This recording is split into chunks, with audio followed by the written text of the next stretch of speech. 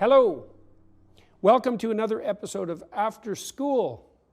I'm Dr. Jordan B. Peterson. Today we'll be summoning our inner monsters. Without further ado, let's dive in. You know, you might say that someone who is incapable of cruelty is a higher moral being than someone who is capable of cruelty, and I would say, and this follows Jung as well, that that's incorrect, and it's dangerously incorrect, because if you are not capable of cruelty, you are absolutely a victim to anyone who is. And so part of the reason that people go watch anti-heroes and villains is because there's a part of them crying out for the incorporation of the monster within them, which is what gives them strength of character and self-respect, because it's impossible to respect yourself until you grow teeth. And if you grow teeth, then you realize that you're somewhat dangerous, or maybe somewhat seriously dangerous, and then you might be more willing to demand that you treat yourself with respect and other people do the same thing. And so that doesn't mean that being cruel is better than not being cruel. What it means is that being able to be cruel and then not being cruel is better than not being able to be cruel. Because in the first case, you're nothing but weak and naive. And in the second case, you're dangerous, but you have it under control.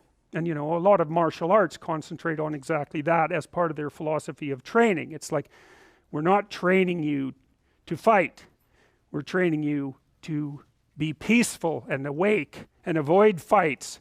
But if you happen to have to get in one, and I guess the philosophy also is that if you're competent at fighting, that actually decreases the probability that you're going to have to fight, because when someone pushes you, you'll be able to respond with confidence, and with any luck, and this is certainly the case with bullies, with any luck, a reasonable show of confidence, which is very much equivalent to a show of dominance, is going to be enough to make the bully back off.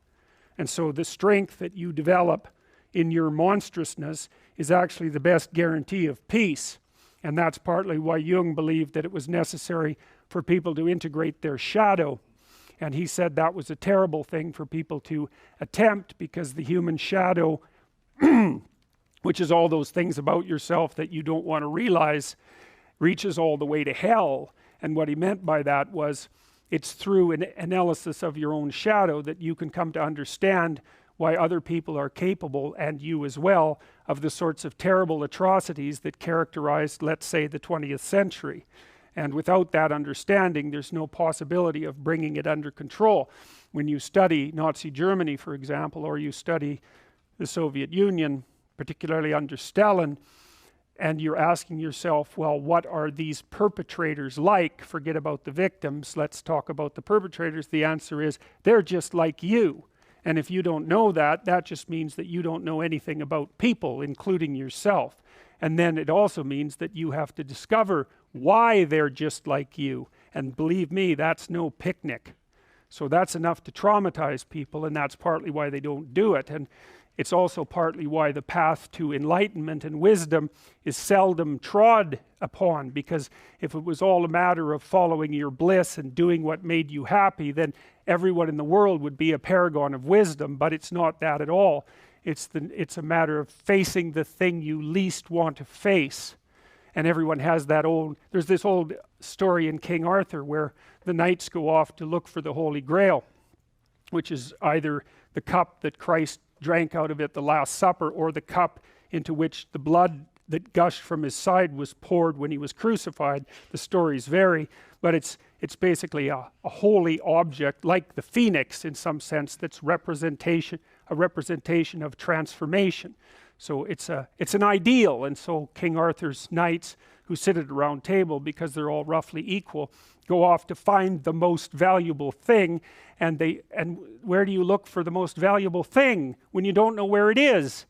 Well, each of the knights looks at the forest surrounding the castle and enters the forest at the point that looks darkest to him.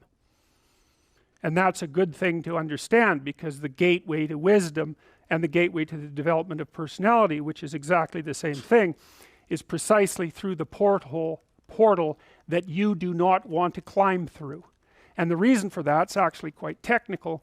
This is a Jungian presupposition too, is that, well, there's a bunch of things about you that are underdeveloped, and a lot of those things are because there's things you've avoided looking at because you don't want to look at them, and there's parts of you you've avoided developing because it's hard for you to develop those parts. And so it's by virtual necessity that what you need is where you don't want to look, because that's where you've kept it. And so when you see these stories of the hero, you know, journeying to unknown lands of terror and danger, that's what happens to you. It happens to you all the time. You know, you're in this little safe space like the Hobbit in the Shire, and then, you know, there's a great evil brewing somewhere, and you can no longer ignore it, so off you go into the land of terror and uncertainty. And better to go on purpose than accidentally, that's for sure, because at least you can be prepared. And we also know that if you're going to face a threat, if you face it voluntarily, what happens is your body activates itself for exploration and mastery. But if you face it involuntarily, same size threat, then you revert to prey mode, and you're frozen, and that's way more stressful. It's way harder on your body. And so it's better to keep your eye open and watch for emergent threats, because you all know, you know, what you're not doing quite right and where your life is likely to unravel. You all have a sense of that, and the best thing to do is to not ignore that, to pay attention to it, to watch it, and to take corrective action early. And then, you know, you stay on top of things, and things, your little trip to the underworld might be a few minutes long instead of a catastrophe that produces post-traumatic stress disorder and knocks you out for 4 or 5 years, and maybe you never recover. So one of the things you need to do if you're going to be a human being is to prepare yourself to be useful in the face of death. And so when you have a parent that dies, which, you know, shatters people's ideas, often they can't even think about it. If you can't even think about that, man, you've got some thinking to do, because you need to be able to at least think about that, because otherwise you're just going to be a wasteland when it happens. And you never know, you could even have a higher ambition. Maybe you could even be useful when it happens, instead of being part of the heap of destroyed people who also have to be taken care of. You know, and that's brutal. You have to be brutal to be useful in the aftermath of your parents' death. You know, you don't get to crumble and fall apart, and no, you have every reason to. So you got to be kind of some tough monster to manage that. But do you want to be useful in the face of tragedy, or do you want to be pathetic? Well, you make your choice.